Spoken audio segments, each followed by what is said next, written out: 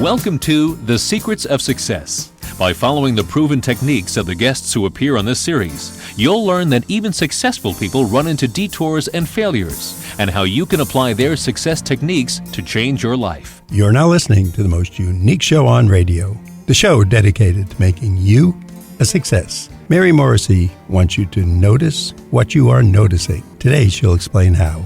Mary, thanks for being with us today. I'm thrilled to be here. Thank you for having me. Now, Mary, your book is Brave Thinking, and we talked before the show, and you know I told you I love this book. As soon as I saw it, I said, this is a match for us, and in fact, you reminded me very much of one of our success favorites, Napoleon Hill. And you start out and you say, most of us don't live a life we love because we focus on perceived limitations. Can you explain that? Sure. Since from the time we are kids, we're trained in a certain kind of thinking that says if we want to do something, then we look to the conditions that we have currently or think we can have to determine whether or not we can say yes to the thing we want to be or do or have.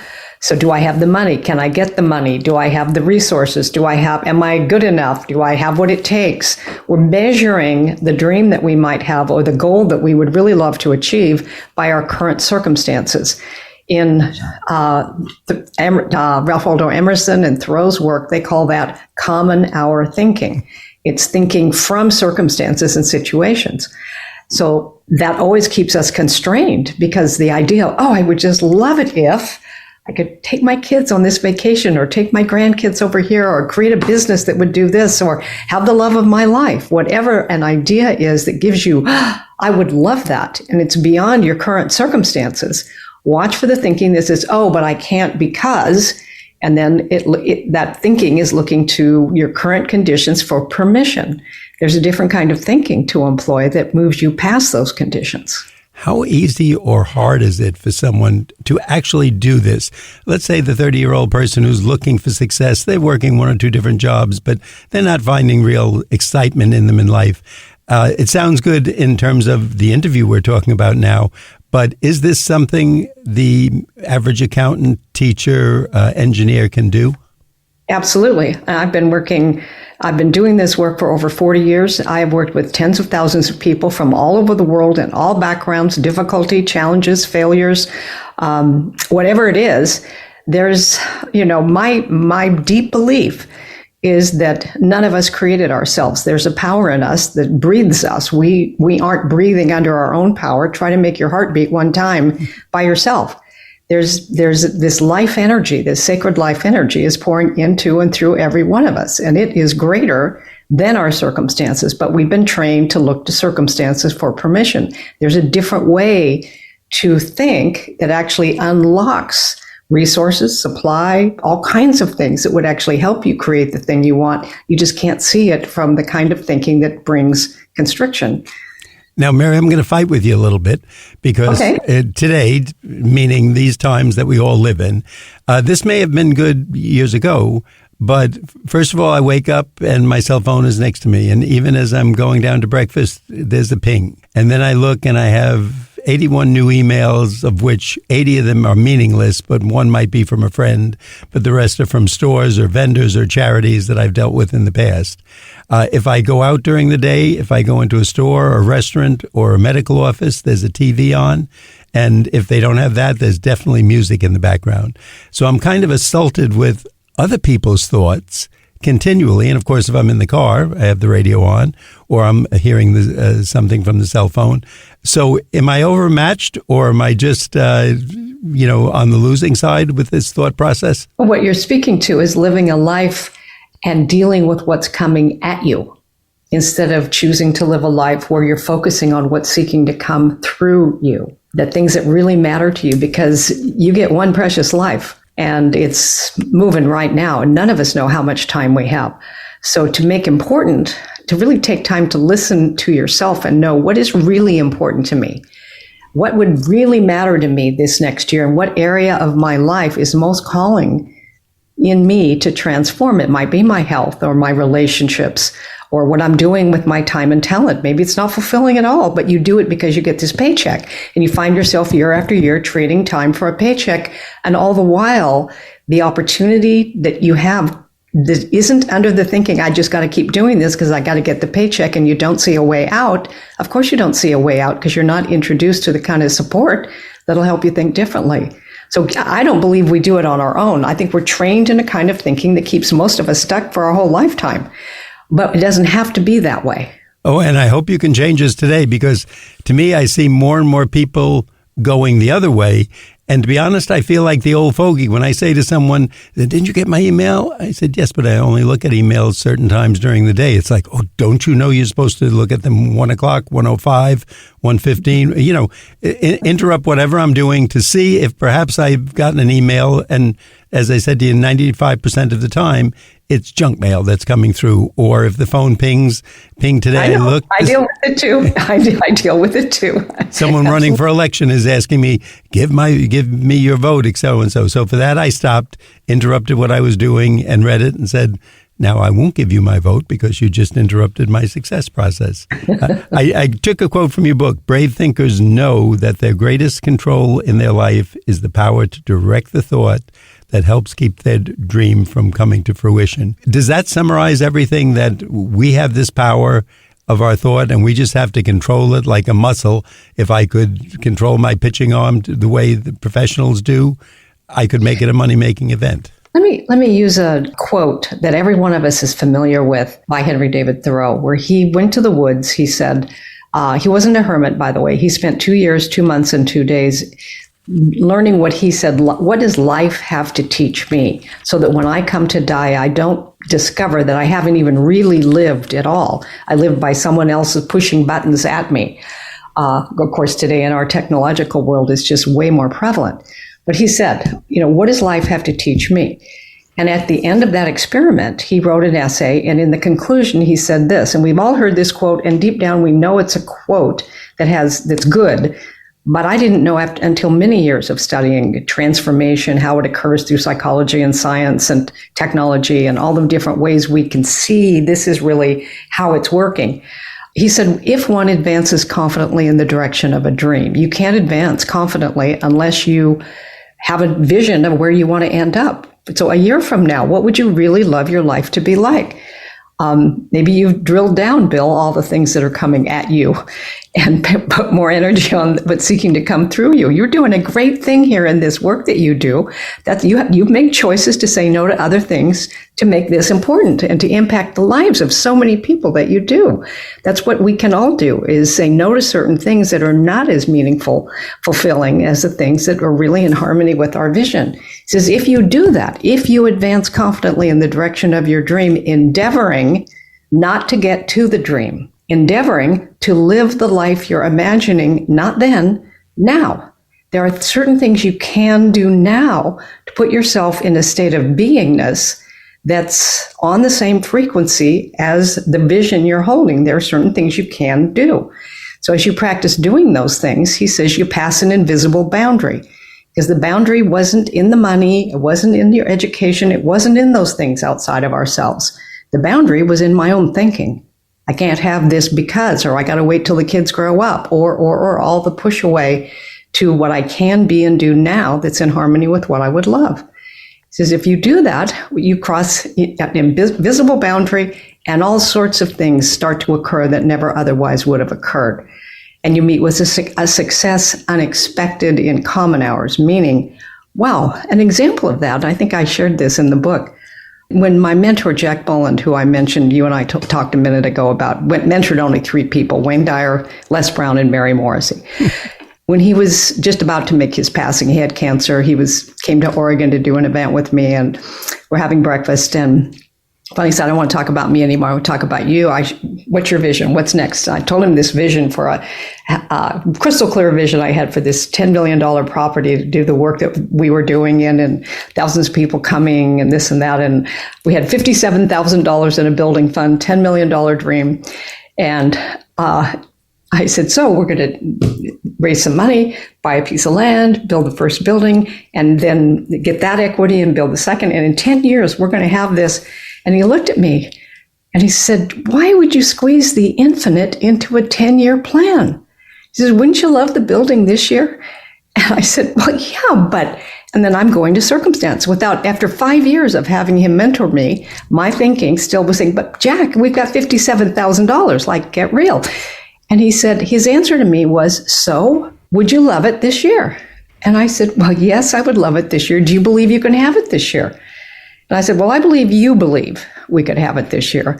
And then he said, well, then believe in my belief. And 6 weeks later, he would be gone. But the moment I left that breakfast, I remember I walked out to the car, Bill, and I remember thinking there had not been any opening in me for the possibility. My mind was set on a 10-year plan, and I could have had my 10-year plan.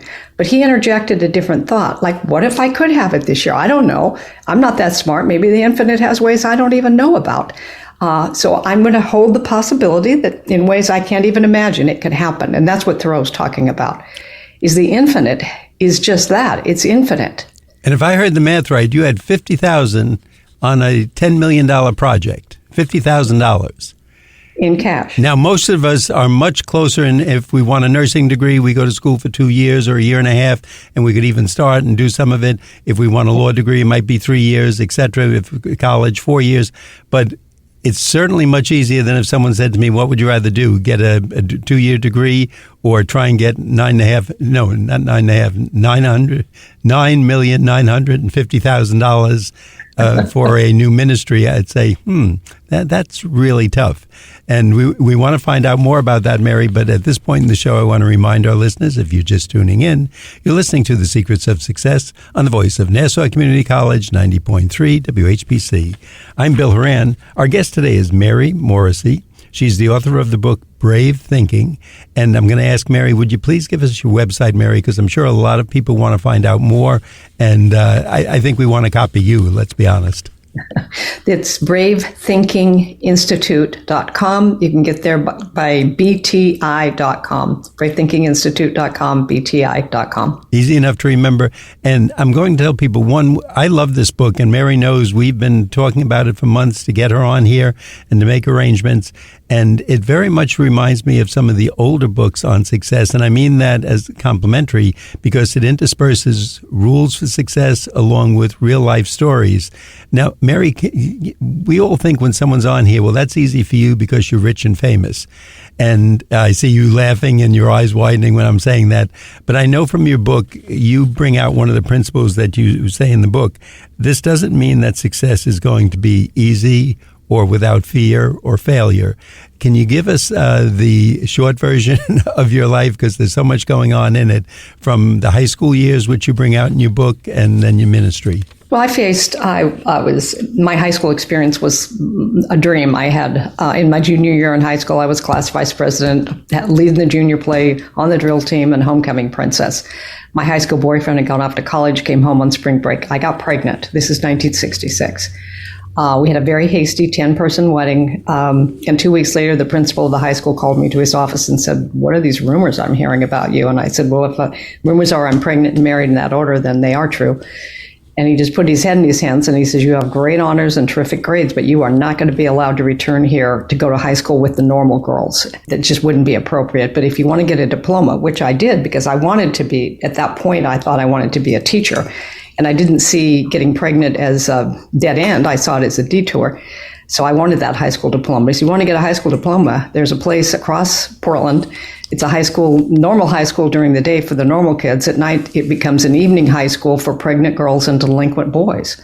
So I went over there. I don't know where you were at the beginning of your senior year in high school, but I was walking into a school knowing that every guy there was some kind of delinquent. And I must be a delinquent too, is how I unconsciously patterned myself.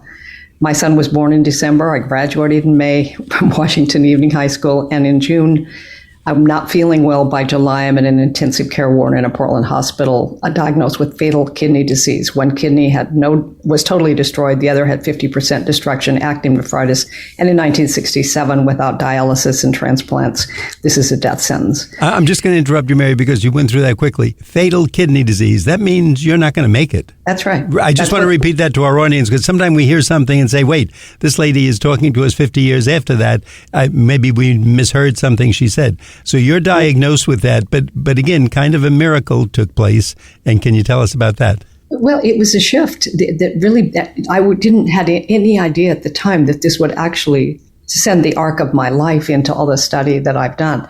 Finally, the doctor said, if we can get the blood toxin level in your body reduced enough to remove that right kidney, maybe you'll have up to 6 months to live.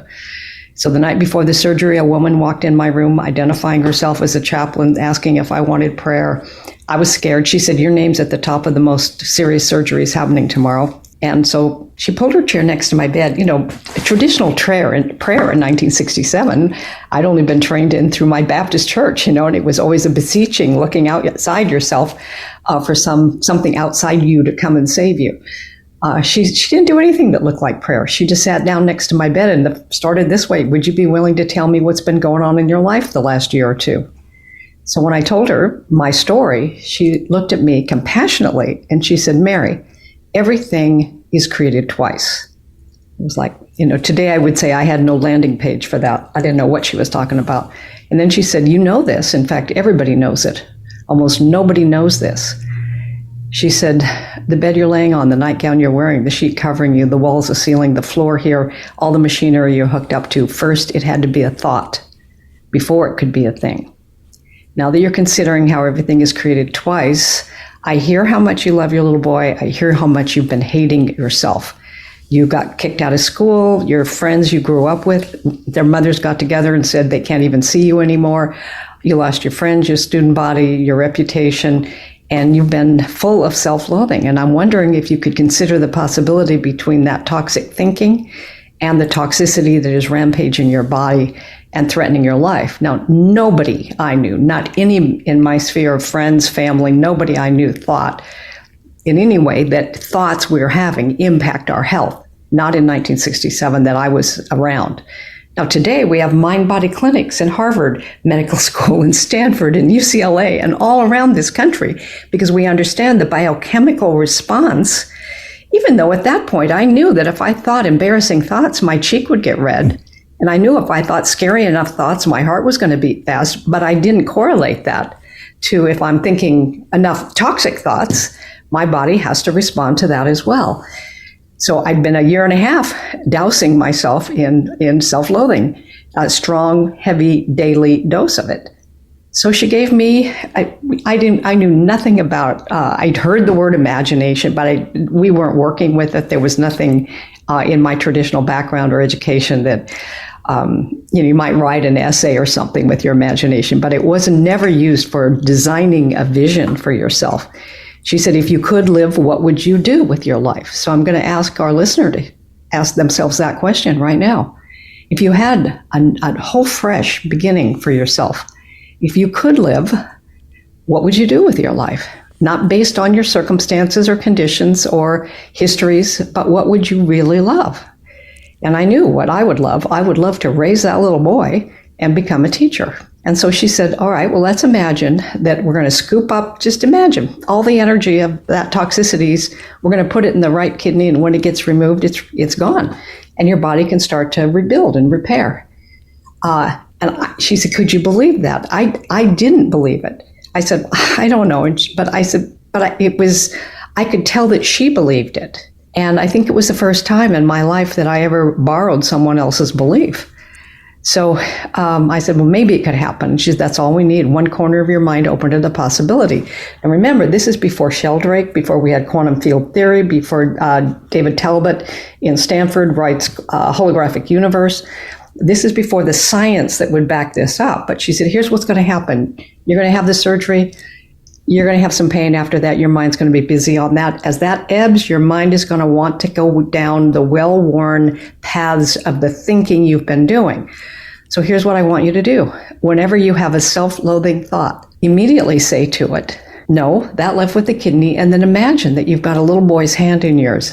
You feel the warmth of his hand. He's 5 years old. You're walking into a school and there's a kindergarten teacher and your little boy is going into kindergarten. You give him a hug and a kiss.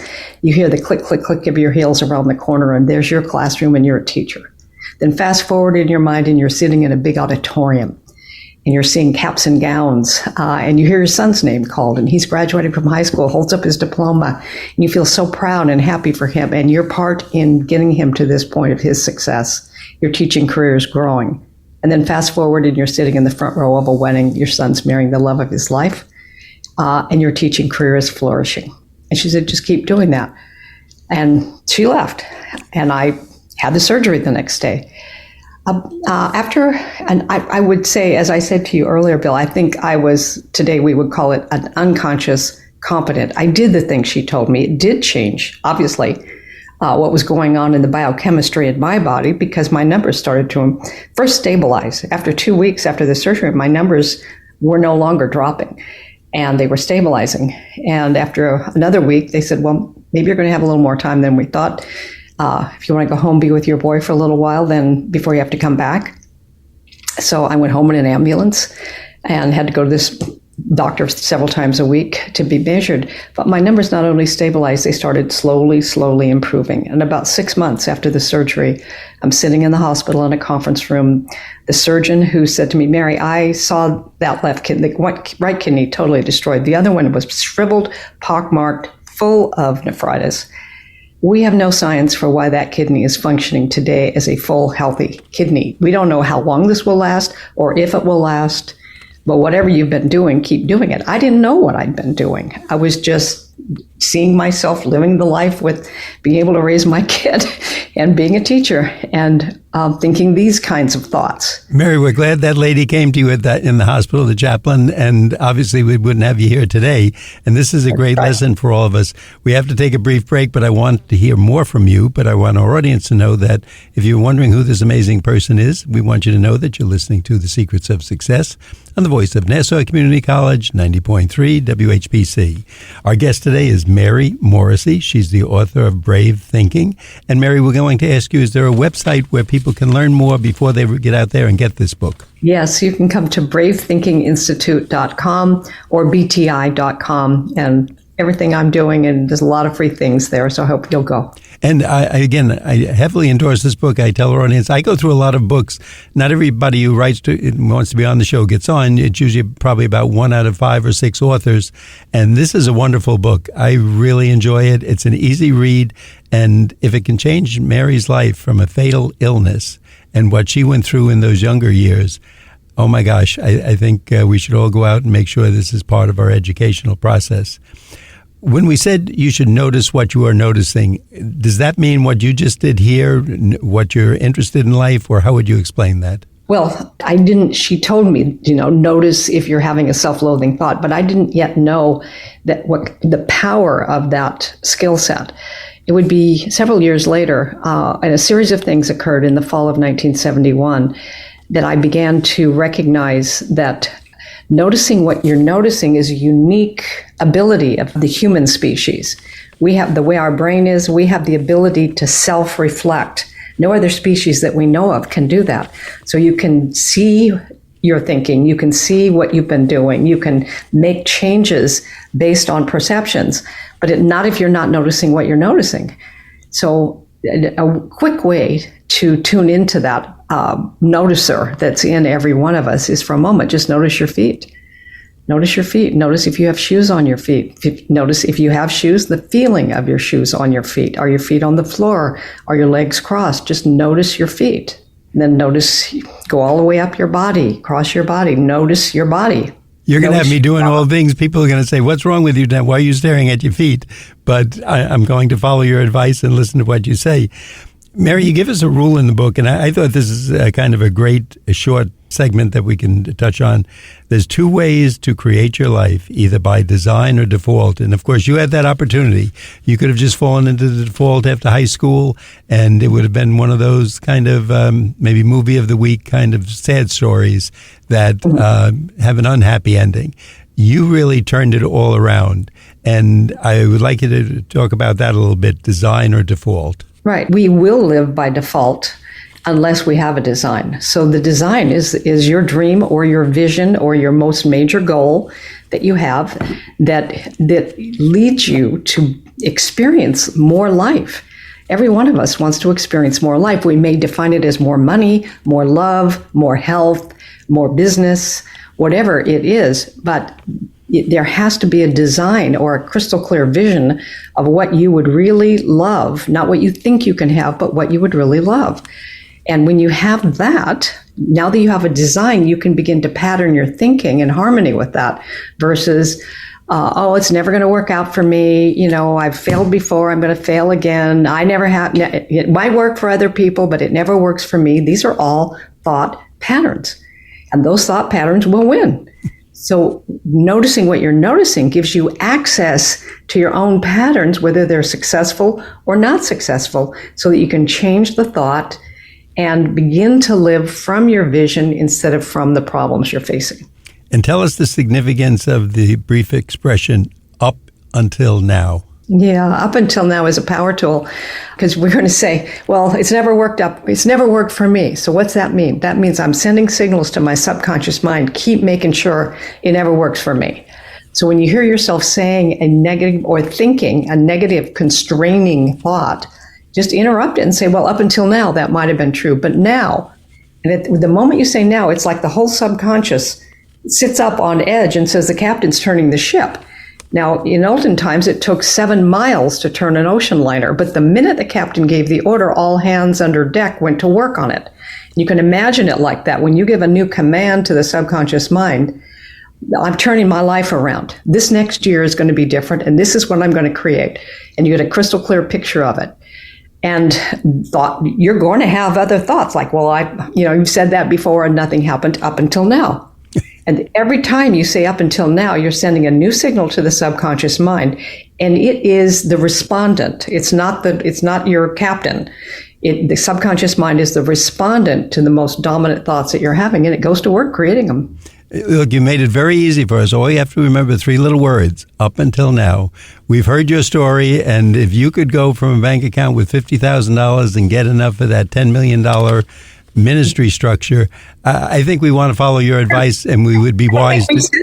It didn't take 10 years. It took 10 months. 10 months. That I could not even have imagined. Yeah. And if any of us could do 10% of that, I think we would be very happy to improve our status in life and what we're enjoying, or maybe finding the right person in our lives. So this is the book. That's why I wrote the book. That's why I wrote the book. I appreciate it. And that's why we waited so long to get you on and fought literally to get you on this show. The book is Brave Thinking. It's by our guest, Mary Morrissey, Morrissey. If you want to get on that success path, this is the way to start. It's going to get you thinking in the right direction. And don't be afraid to go back and read it a second or a third time, because these thoughts and ideas are going to sink in more and more. Mary, once again, just give us that website. Yeah, if you want the book, you can go to bravethinkingbook.com, and there you will not only be able to get the book, but then a whole bunch of resources, one of which is a meditation that takes you to actually design a life you would love past the borders of what you think you can have. So there's a lot of resources there that I give away. So if you'd love that, otherwise go to bravethinkinginstitute.com, bti.com, and keep coming back here and listening to this wonderful, wonderful podcast, because you are doing an amazing piece of work, Bill. Thank you so much. Well, it's because of people like you. If it's amazing, it's due to these great authors. And if they want to listen to the podcast, they go to nccradio.org. That's nccradio.org. Look for Secrets of Success and Brave Thinking with our guest, Mary Morrissey. Mary, thank you so much for being with us today. I'd like our audience to know that you've been listening to The Secrets of Success on the voice of Nassau Community College, 90.3 WHPC. I'm Bill Horan, asking you to please join us again next week at the same time, when we will continue our journey to success.